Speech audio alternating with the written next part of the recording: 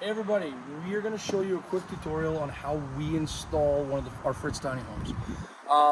The first thing you need to do is when you get it placed is to get the house jacked up and level and onto its blocking. Now with the Halcyon 2 we're using an 8-point blocking system. For some of the shorter, smaller models you might use a 6-point blocking system. You'll know what you're doing depending on what model you've purchased and you're trying to set up. So the first thing we're going to do is we're going to install the back jacks. So these do not travel on the house because they hang too low. So this jack has been installed. It has 4 holes. The smaller C channel slides inside of the bigger C channel, and these bolts get put through and locked up with nuts on this side. There's 4 bolts, 4 nuts. Then what you want to do is you're going to want to pull this pin, step on the bottom of this, and that's a macro adjustment. It'll push your jack right down to the ground or close to it. There's a big macro adjustment. It's a set pin. You can extend that leg down. It saves you from cranking a whole bunch of the micro adjustments.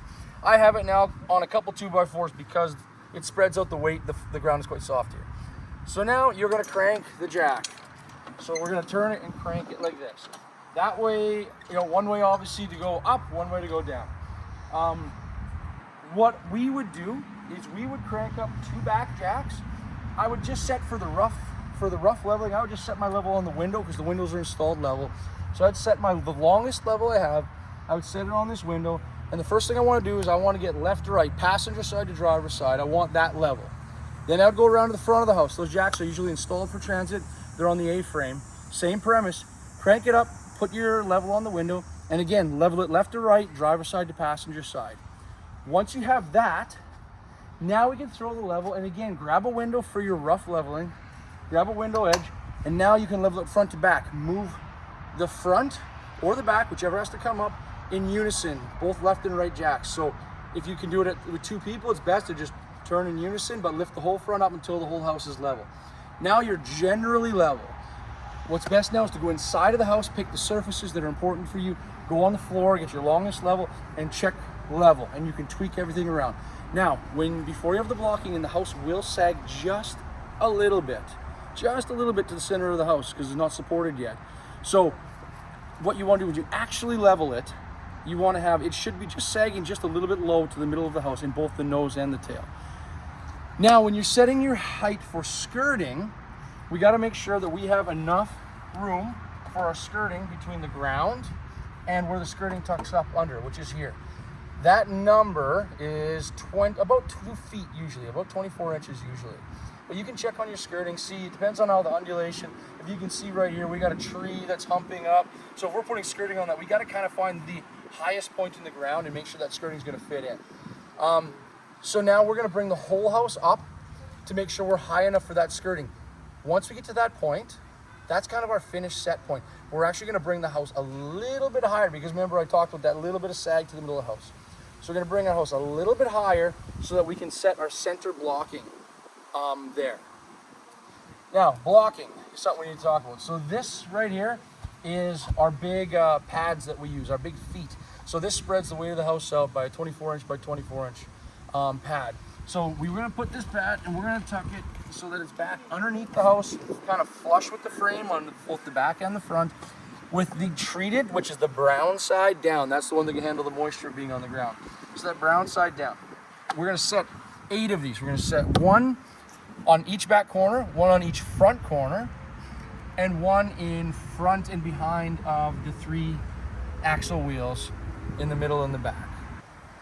When setting your front pads, it's the one place where the skirting is unique. So the skirting tucks up underneath the walls into this channel. So everywhere you go, if you set your pads so that it's flush or just underneath this, that's going to work everywhere on the house except on the nose.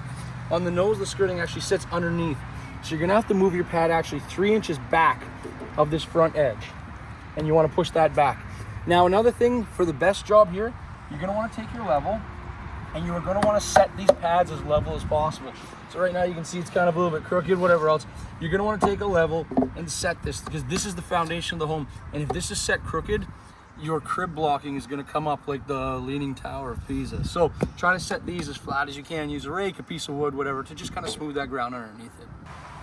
Okay, once you guys have your pads set and kind of leveled, set where you want them, the next thing you want to do is put your pre-built cribbing blocks kind of packages in there.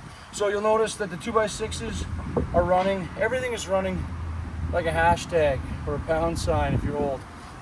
So find out the way the 2x6s are running on your pad and make sure that your 2x4s are starting perpendicular to that.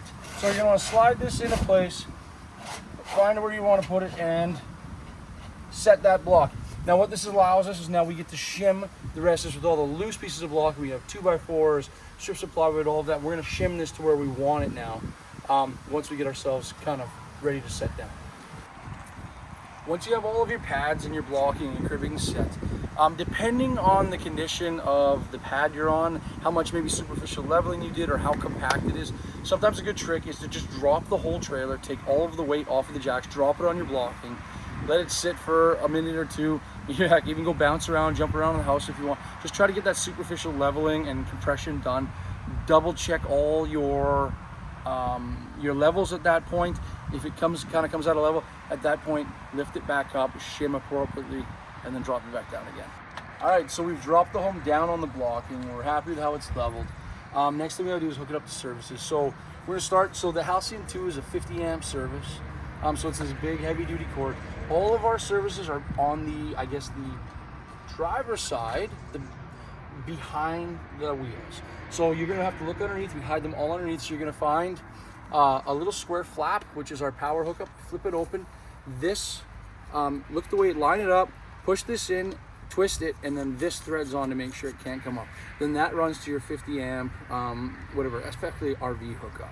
Okay, we're gonna hook up the fresh water now. In this case, we're using just a regular hose, but you go underneath it in the same area near that power, and there'll be a receiver for this. It's just a garden hose, essentially a drinking water hose, and it hooks in. Now, if you're using a heated hose, the same thing applies, but there is also a 120 volt receptacle there to plug the heated hose into, so it's right near the water to make it simple. Okay, for our sewer hookup, whether it be full black water system or a gray water system, again in the utility area, there is going to be basically a twist lock RV connection that we're able to click this on and run it into the tank or French pit or whatever it is you're doing. There's a few things that need to get put on the outside of the house once it arrives, because if we left them on for transport, it would put us over width. This exterior light is one of them. There's an Allen key. You're able to spin that Allen key, pull the light off, and then there is a plug, and you're able to just put the plug back together, stick that light on, and use the Allen key to affix it there. This is the exhaust and intake vents for the combi boiler.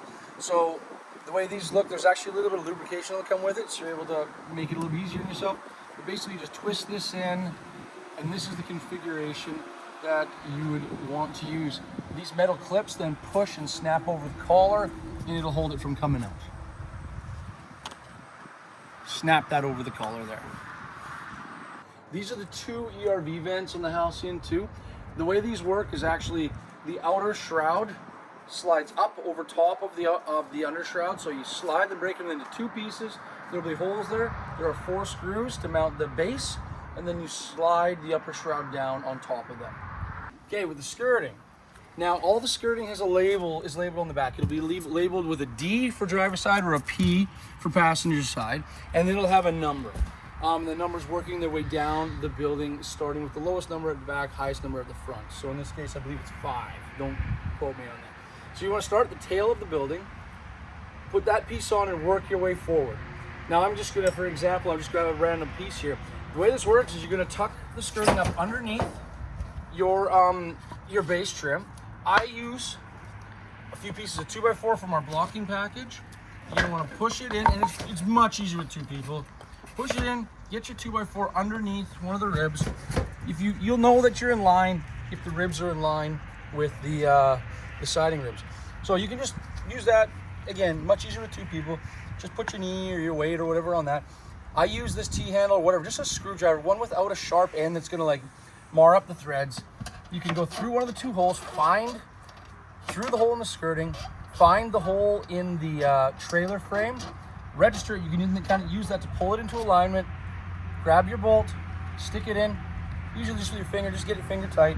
Then you can move across to the other screw or the other bolt hole, same process, stuff this in, align the hole, find it, bring your bolt, do it, and then you can tighten up both bolts.